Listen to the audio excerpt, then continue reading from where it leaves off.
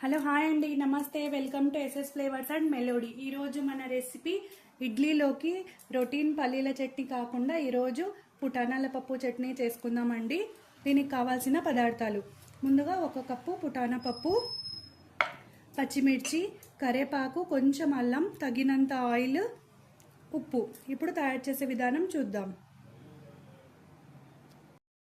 ముందుగా స్టవ్ వెలిగించి ఒక ప్యాన్ పెట్టుకుందామండి. దీంట్లోకి పుటానాల పప్పు ఆయిల్ లేకుండా దోరగా వేయించుకుందాము, బాగా ఫ్రై చేసుకుందాము.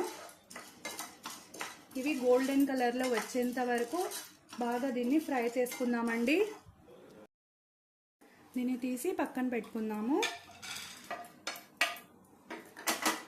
ఇదే ప్యాన్లో కొంచెం 1 టేబుల్ స్పూన్ ఆయిల్ యాడ్ చేద్దామండి.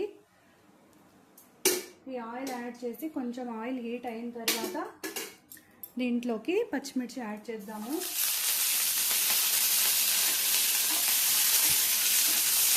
పచ్చిమిర్చి బాగా ఫ్రై చేసుకోవాలండి. ఒక మిక్సీ జార్లోకి ఫ్రై చేసి పెట్టుకున్నాం కదా ఈ పుటానాల పప్పు, కొంచెం చింతపండు, కొంచెం అల్లము, ఇవి ఫ్రై చేసి పెట్టుకున్నాం కదా ఈ పచ్చిమిర్చి, తగినంత ఉప్పు యాడ్ చేద్దామండి. తగినంత ఉప్పు, లావు ఉప్పు వేసాను. ఇది మెత్తగా పేస్ట్ చేసుకుందాము. కొంచెం వాటర్ యాడ్ చేసుకుంటూ పేస్ట్ చేసుకుందాము. ఇప్పుడు పోపు పెట్టుకుందామండి.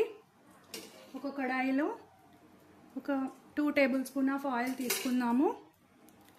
తీసుకొని దీంట్లో అన్ని పోపు వేసుకున్నాము.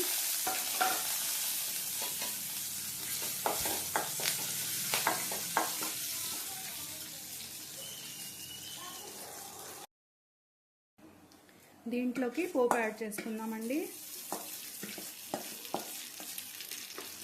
నేనైతే ఈ కన్సిస్టెన్సీలో పెట్టుకున్నాను. మీకు కావాలంటే ఇంకొంచెం స్మూత్గా చేసుకోవచ్చు.